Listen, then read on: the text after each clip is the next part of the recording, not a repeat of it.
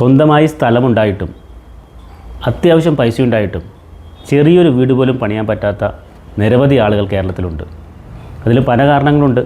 അതിലൊരു പ്രധാനപ്പെട്ട കാരണമാണ് കേരളത്തിലെ 10 തീരദേശ ജില്ലകളെ ബാധിക്കുന്ന തീരനിയന്ത്രണ വിജ്ഞാപനം സംബന്ധിച്ചിട്ടുള്ള കാര്യം.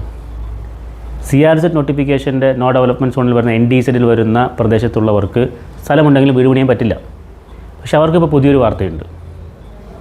300 സ്ക്വയർ മീറ്റർ വരെയുള്ള വീടുകൾക്ക് അതത് തദ്ദേശ ഭരണകൂടങ്ങൾക്ക് തന്നെ ഇനി അനുവാദം തരാം. മുമ്പ് CRZ പ്രദേശത്ത് അനുവദനീയമായ കാര്യങ്ങളാണെങ്കിൽ കൂടി അതിന് അനുവാദം വാങ്ങാൻ വേണ്ടി തിരുവനന്തപുരത്തുള്ള കേരള കോസ്റ്റൽ സോൺ മാനേജ്മെൻറ്റ് അതോറിറ്റിക്ക് അയച്ച് കാത്തിരിക്കണമായിരുന്നു. ഇനിയിപ്പോൾ ആ കാത്തിരിപ്പ് വേണ്ട. ശരിക്കും അത് 2019 ജനുവരിയിൽ കേന്ദ്ര വിജ്ഞാപനമായി വന്ന CRZ നോട്ടിഫിക്കേഷനിൽ തന്നെ പറഞ്ഞിട്ടുള്ളതാണ്. പക്ഷേ അതിൻ്റെ ഗുണം കേരളത്തിലെ ആളുകൾക്ക് കിട്ടുന്നതിന് ഇത്രയും വർഷം കാത്തിരിക്കേണ്ടി വന്നു എന്നതേ ഉള്ളൂ. എന്നാണെങ്കിലും കേരളത്തിലെ തീരവാസികൾക്ക് 300 സ്ക്വയർ മീറ്റർ വരെയുള്ള സ്ക്വയർ മീറ്റർ വരെയുള്ള വീടുകൾ പണിയാൻ ഇനി തദ്ദേശ ഭരണകൂടങ്ങളെ മാത്രം സമീപിച്ചാൽ മതി.